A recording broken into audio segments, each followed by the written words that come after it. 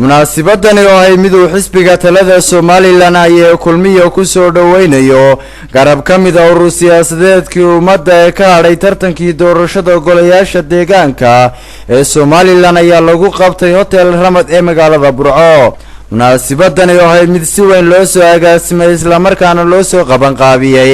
ayaa garabkan urur siyaasadeedka ummadda waxa horkacay xildhibaano ka tirsan golaha deegaanka ee degmada Burco gaar ahaan kuwii ka soo baxay urur siyaasadeedka ummadda iyo boqolaal taageerayaal ah oo ka dhex muuqday maayirkii hore ee degmada Burco Cabdi Burco, xildhibaan Farxaan Cabdi oo xirsi siyaasi Cabdi Burco duqeeye waxgarad kale oo kamid ah urur siyaasadeedkii ummadda ayaa sheegay in maanta laga bilaabo ay kamid yihiin isla markaana hil iyo hoob la garab taagan yihiin xisbiga talada Somaliland haya. hogaamiyahayagii ummadda wuxuu galay xisbiga leeyahay wadan iyo wixii raacay annaguna waxaan raacaynaa xisbiga leeyahay kulmiye waxaan ahay xildhibaan ka soo baxay ururka siyaasadeedkii doorashada ummadda dalkuna maanta wuu dhaafay oo qabyaalad ku tartamay dimuqraadiyad ayaa lagu tartamaya maadaama dimuqraadiyad lagu tartamayo maanta laga bilaabo anigu waxaan ku biiray xisbiga talada haya kulmiye. geesta kalena madaxda xisbiga kulmiye oo ay kamid ahaayeen xildhibaan Siciid Cilmi Rooble, maayirka degmada Burco Maxamed Muraad, gudoomiyaha xisbiga kulmiye ee gobolka Togdheer Sahlaadan, gudoomisada garabka haweenka ee xisbiga Sara Basbaso,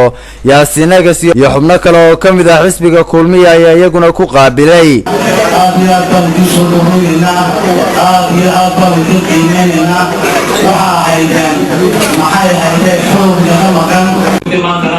aan soo dhaweynaa iyadana haasiin doorashadooda ay doorteen aad iyo aad ugu mahadnaqino ururkii ummadda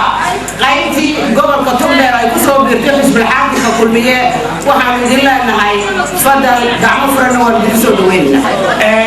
soo dhawaada xeelada gacanta laga geliya waa idin ka qeybqaadanaa deegaanka odayga oo dadka ugu dhalintay bulshada waana qaar kamid ah xildhibaanada golaha deegaanka ee degmada Burco gaar ahaan kuwii ka soo baxay xisbiga talada Somaliland ayaa kulmiye ayaa sheegay inay ku faraxsan yihiin in maanta xildhibaanada badi ay isku shaar huwan yihiin isla markaana ay isku xisbi ka soo wada jeedaan.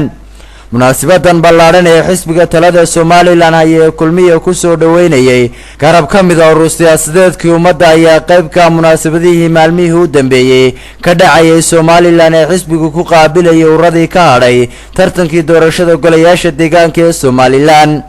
Cabdi Farax Abdullaahi, shabakada caalamiga ah ee Aynaba News.